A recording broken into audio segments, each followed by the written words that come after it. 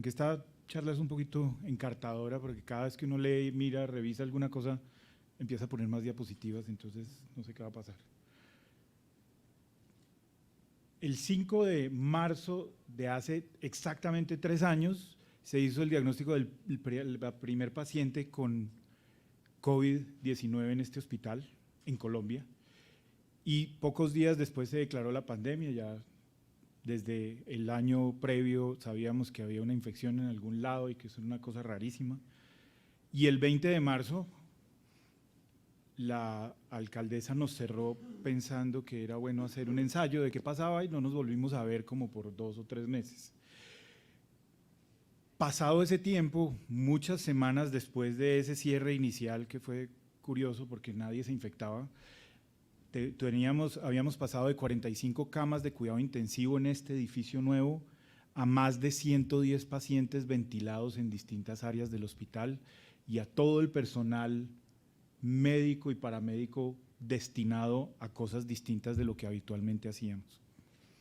Y así se veía Bogotá cuando uno salía camino del hospital, 8 de la mañana, no había nadie, no había carros, y empezó una desinformación de lado y lado, porque así como hubo gente que decía que no pasaba nada, se exageraron en medidas que tuvieron costos importantísimos sin ninguna realidad basada en la evidencia. Vivimos separados. Si alguno de ustedes fue a mercar en esos días, la situación era curiosa. Eso afectó a mucha gente, muchos negocios, pero igualmente hubo gente que tuvo que salir a trabajar y exponerse. No solo nosotros, sino la gente que no tenía recursos para vivir encerrado todo ese tiempo. Y si nos vamos hasta el día de hoy, o hace 3 días, al 15 de marzo, en Colombia había más de 6 millones de casos confirmados y 142.000 personas muertas. Madrid, Cundinamarca, Cartago, Turbo o Quibdó habrían desaparecido si fueran el único sitio donde hubiera habido pacientes enfermos. Eso nos da una idea de la magnitud de lo que pasó. Y todos oímos o vivimos historias relacionadas con esto. ¿Y qué aprendizajes nos dejó finalmente la pandemia, desde el punto de vista quirúrgico, personal y médico?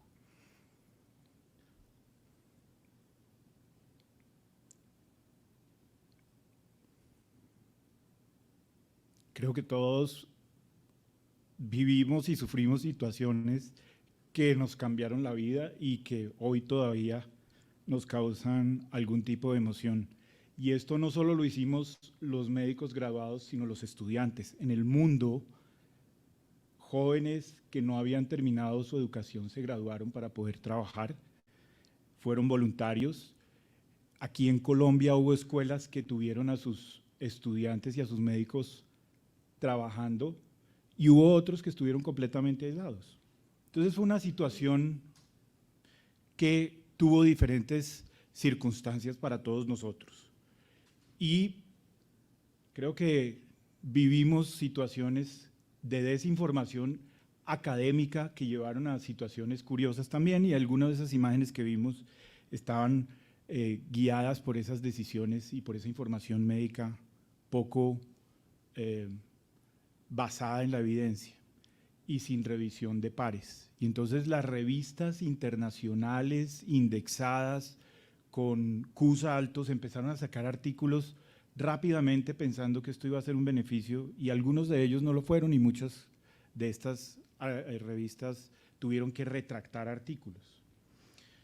Y pues hicimos todo tipo de revisiones para saber cómo debíamos actuar en estos meses en que estuvimos encerrados, y las distintas asociaciones sacaron recomendaciones para la cirugía abierta y la cirugía laparoscópica para decidir qué era bueno y qué no. Y entre esas informaciones, en el líquido peritoneal, en la bilis, en el tracto digestivo, encontraban fragmentos del virus,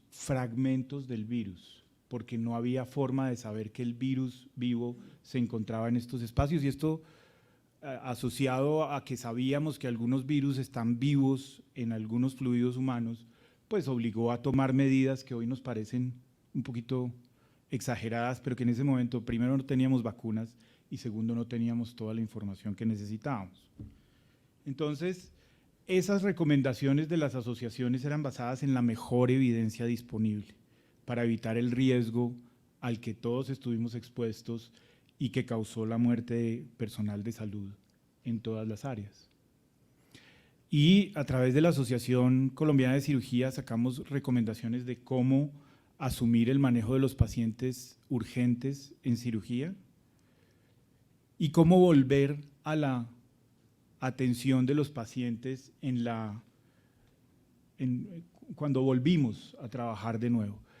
Este hospital diseñó una forma de manejar los pacientes de manera separada y de forma que los pacientes que no estaban infectados, que no tenían sospecha, pero que necesitaban una cirugía o una atención específica, pudieran ser atendidos de manera segura al mismo tiempo que teníamos esta carga inmensa de pacientes de la pandemia. Y miren ustedes cómo después de muchas revisiones y en distintas áreas, fíjense ustedes que esto es en cirugía robótica, y entonces cómo dar y proveer cirugía segura era posible a través de estas guías médicas, pero también que a pesar de que se priorizó investigación muy importante, otros de los artículos que se publicaron y que fueron recomendaciones de práctica no tenían la revisión de pares usual y muchos de estos, como les decía, tuvieron que ser retirados. Artículos que revistas como Lancet, como Surgery, tuvieron que retirar porque era información llevada rápidamente al público, pero que no tenía la suficiente demostración. Y también venimos a calificar las cirugías. ¿Qué quiere decir esto? Nosotros siempre hemos hablado de cirugías electivas y urgentes. Y el diccionario dice que una cirugía electiva es una cirugía que se puede posponer porque no pone en riesgo la vida del paciente. Pero entonces tuvimos que pensar en las cirugías médicamente necesarias porque sí tienen un impacto en la vida del paciente. ¿Y esto qué quiere decir? Y me voy a referir específicamente a la cirugía de obesidad. Pasado más de un año del inicio de la pandemia, aparece este artículo en que participaron también cirujanos colombianos de cirugía bariátrica y demostraron cómo con un número muy grande de pacientes, con la participación de hospitales en todo el mundo, se demostró que la cirugía bariátrica era segura y efectiva aún durante la pandemia y que aún si los pacientes mostraban exámenes positivos a COVID y tenían infección, los síntomas en general eran leves y la morbilidad y la mortalidad no era mucho más alta de lo que se consideraba seguro. Y entonces, al mismo tiempo y viendo cómo se detuvo toda la cirugía bariátrica, ASMBS, que es la Asociación Americana de Cirugía Bariátrica y Metabólica, sacó esta declaración diciendo que la cirugía bariátrica era segura primero y segundo que no es una cirugía electiva sino una cirugía médicamente necesaria, que salva vidas. Los pacientes que requieren una cirugía bariátrica y son llevados a ella y tiene éxito, mejoran su calidad de vida, disminuyen el riesgo de las comorbilidades y alargan la vida comparado con los pacientes que no son llevados a cirugía. Y recuerden ustedes que durante la pandemia a los pacientes que consideramos de alto riesgo y que además vimos enfermarse y morirse, eran los pacientes obesos, diabéticos y cardiópatas.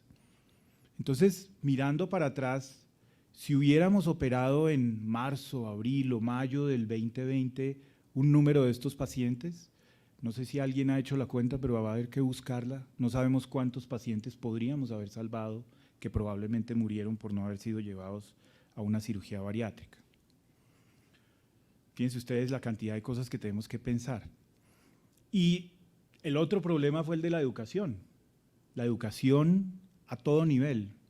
Todos esos residentes, internos y estudiantes, algunos aquí sentados que tuvieron que parar su vida y su formación por lo que sucedió en esta época. Y apareció entonces Zoom, Teams y todos los webinars que tuvimos y que nos permitieron mantener el contacto y permitirle a nuestros estudiantes y a los médicos seguir entrenándose. Y miren ustedes cómo cambió una percepción de los congresos, que es importante. Pagar 500, 600 o 900 dólares, como cuesta, por ejemplo, el congreso de SAGES, que es la próxima semana, comparado con pagar una tercera, una cuarta o una quinta parte de ese valor y poder recibir esa información y esa educación, hace que muchas personas lo vean atractivo y estas sociedades tengan una exposición mayor. ¿Qué se perdió? El relacionamiento, las amistades, la colaboración que se crea de tener el contacto con las personas, y eso es una cosa que probablemente tenemos que seguir haciendo y viéndonos, pero que también podríamos desarrollar de otras maneras.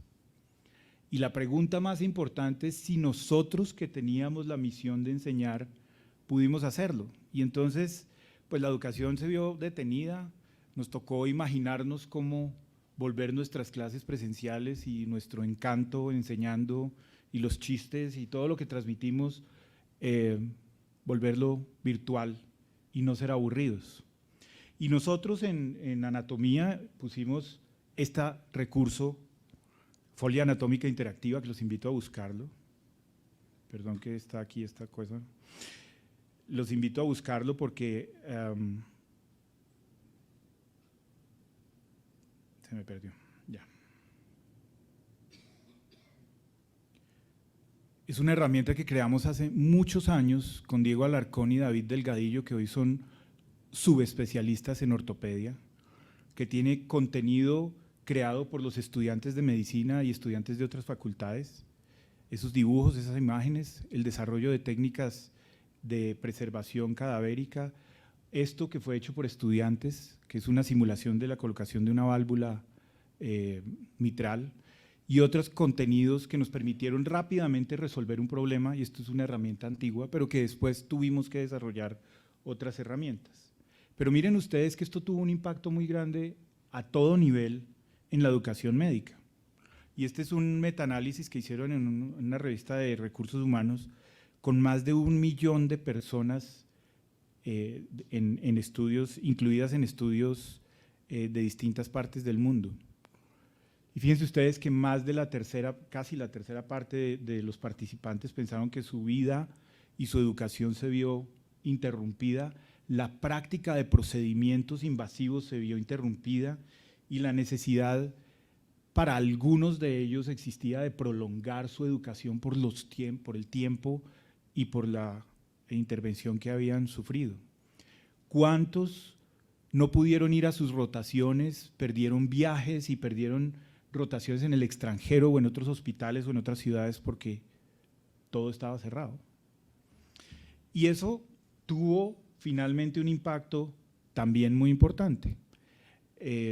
La satisfacción que se logró con lo que pudimos hacer fue relativamente buena, los sistemas híbridos probablemente se van a quedar y el componente práctico y simulado que logramos desarrollar fue muy importante, pero esto tuvo un impacto que todos lo vivimos, todos nos sentimos encerrados, aburridos, saturados con el Zoom, y eso nos hizo a un número importante de personas sufrir el impacto en la vida y tener que sobreponernos a situaciones difíciles. Pero aprendimos a cuidarnos. La Universidad de los Andes y la Fundación Santa Fe de Bogotá desarrollaron un programa para apoyar al personal de salud en este sentido. Y finalmente pudimos echar mano de una herramienta muy importante que fue la educación, la simulación médica. Todo este cierre, toda esta suspensión, tener una cantidad de especialistas que eran profesores, pero que ahora estaban, algunos de ellos que no lo hacían atendiendo unidades de cuidado intensivo o de cuidado intermedio o reemplazando en los pisos a los médicos que habitualmente hacían este trabajo porque ellos estaban en cuidado intensivo. Y entonces apareció nuestro hospital simulado. Ahí ven ustedes un actor y una práctica de nuestros estudiantes y pudieron hacer cosas que no hacen en el hospital habitualmente. Operar, y tener la exposición a esa práctica quirúrgica, a ese aprendizaje experiencial que es tan importante y que hace que la experiencia sea significativa y que deje memorias y aprendizajes importantes.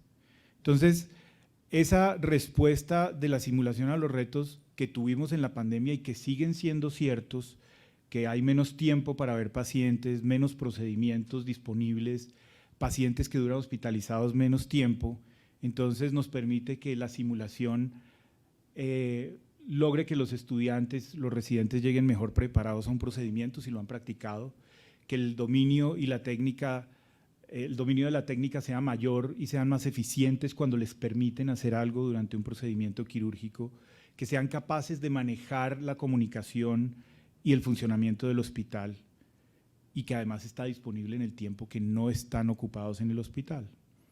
Y estas actividades obviamente tienen que ser planeadas, tienen que estar dentro del currículo, guiadas por resultados, es decir, tenemos que medirlo.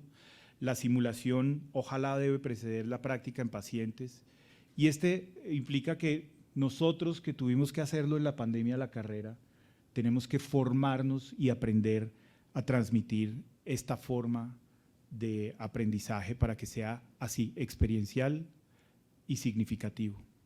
Entonces, la pandemia nos dejó una cantidad de enseñanzas, nos tocó la vida a todos. Hay cosas que ya no se van a recuperar, como un paciente que pasa 15 días en coma, en cuidado intensivo, esos 15 días para él no pasaron, no existen. A nosotros nos pasó algo parecido en términos de la educación y eso es innegable. Y pues debemos estar preparados para responder a retos similares, tener herramientas que nos permitan transmitirle a los estudiantes los conocimientos y pues esta vez nos tocó aprenderlo sobre la marcha, la próxima vez no tenemos excusa. Y pues finalmente el valor de la educación en términos de lo que debemos hacer, el valor de la simulación y el desarrollo de habilidades integradas al currículo para lograr una mejor formación de nuestros residentes y estudiantes. ¿Tengo tiempo o sea, se me acabó?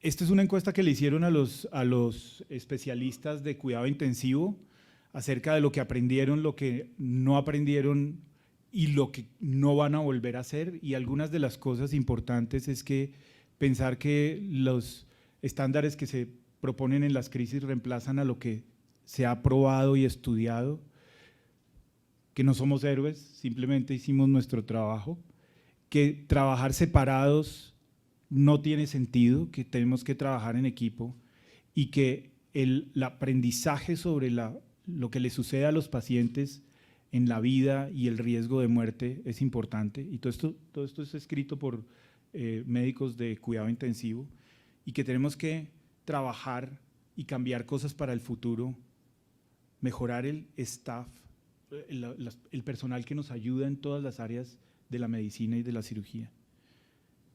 Tener más conciencia de su trabajo y del número y de la ocupación que ellos tienen y de cómo las limitaciones que tenemos hoy día deben ser superadas previendo lo que puede suceder. Muchas gracias.